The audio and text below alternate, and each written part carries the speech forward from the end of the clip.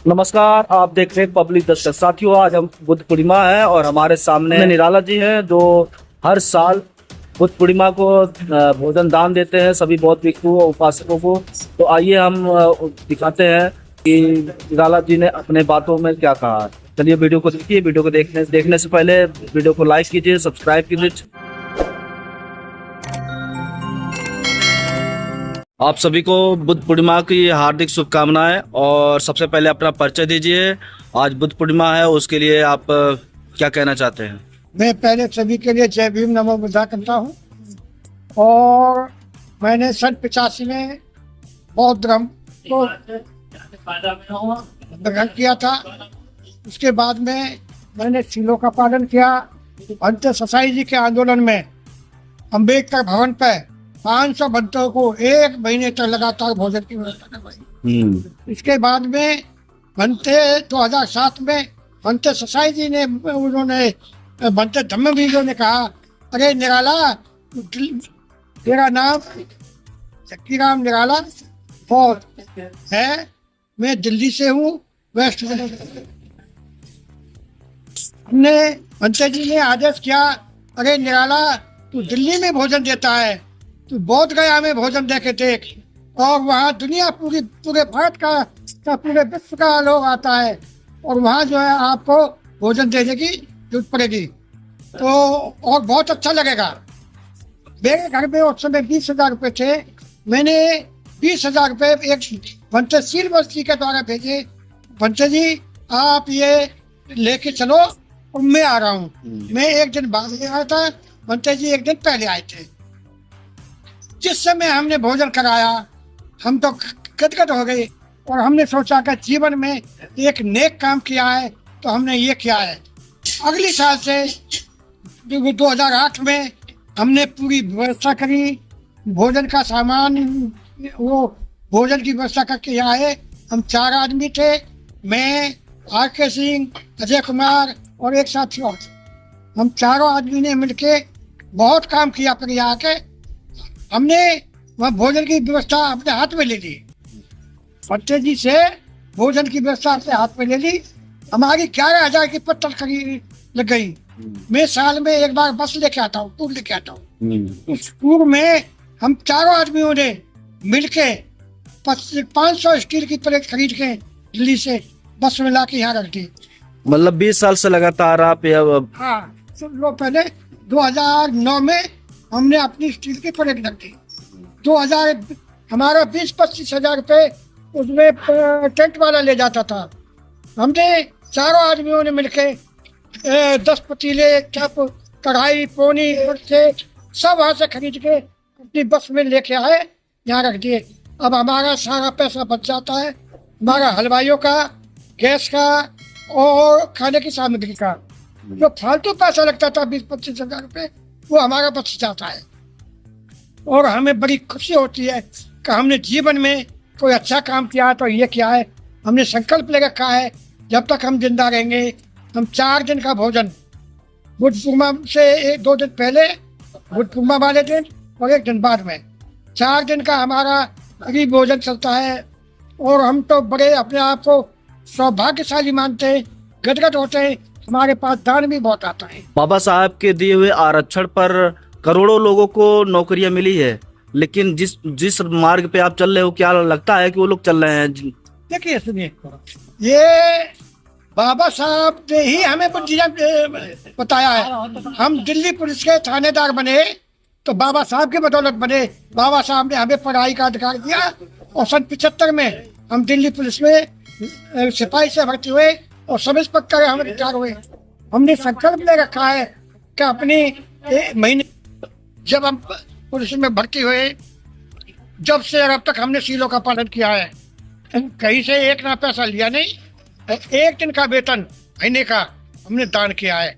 कभी कभी 1 महीने का 4-4, 5-5 दिन का वेतन दान हो जाता। अब पेंशन मिलती है, 12 साल मुझे रिटायरमेंट हो गए, पेंशन मिलती है।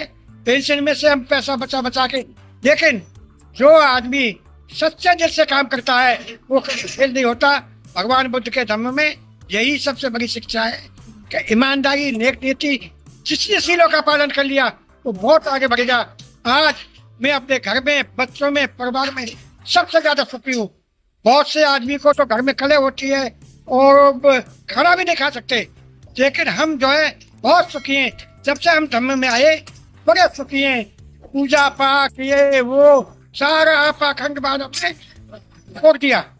पहले से 50 से जब से बहुत धर्म दिया था।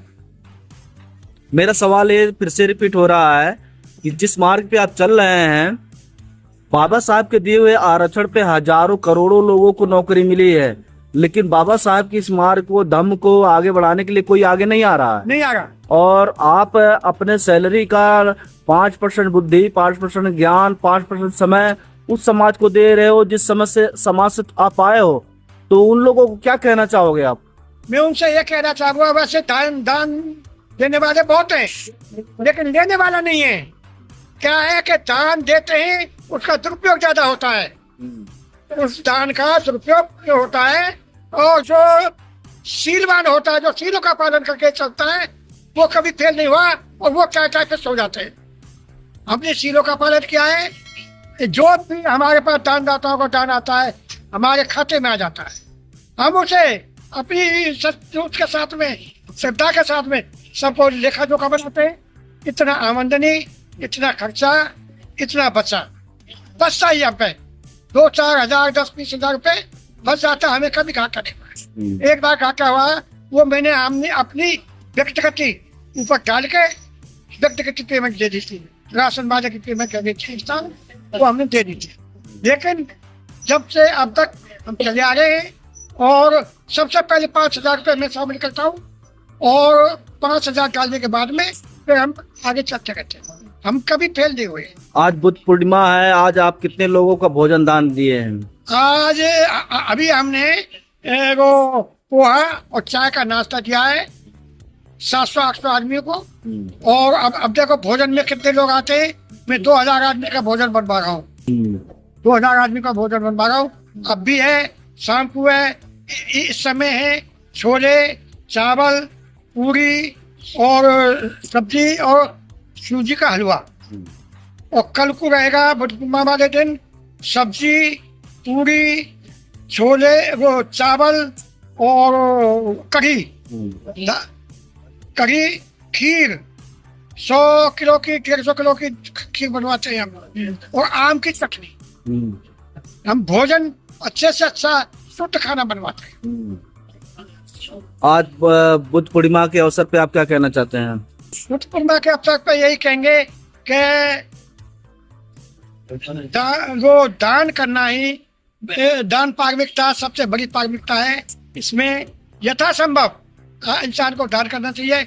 हमने ऐसे देखे पैसे वाले हैं, बहुत पैसे वाले, एक ढेला नहीं देते, उनकी दुर्दशा होती है।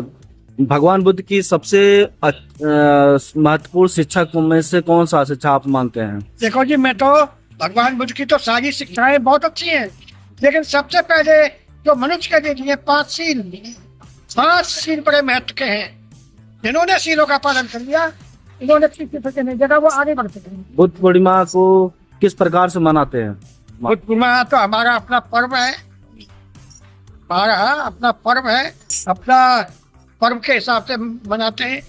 और बुद्ध पूर्णिमा हम अपने जो मेरे दामाद हैं, मेरी बेटी है, अपनी बेटी को भी हम बुद्ध पूर्णिमा वाले दिन ही जैसे लगते कपड़े बनवाते हैं। हम होली, दिवाली वगैरह कोई नहीं मनाते, कुछ नहीं मनाते। बुद्ध पूर्णिमा वाले ही अपने सारे शुभ काम बुद्ध पूर्णिमा वाले दिन करते हैं। क्या बुद्ध की ज्ञान शिक्षाओं को युवाओं तक पहुंचना चाहिए? पहुंचना चाहिए। मेरे पास में धम्पद आते हैं, गांव में, देहात में, मैं बच्चों को बिठाता हूँ। अपने गांव में सबको एक एक किताब देता हूँ, उनको समझाता हूँ, और ये कहता हूँ भगवान बुद्ध के सीलों का पालन करो।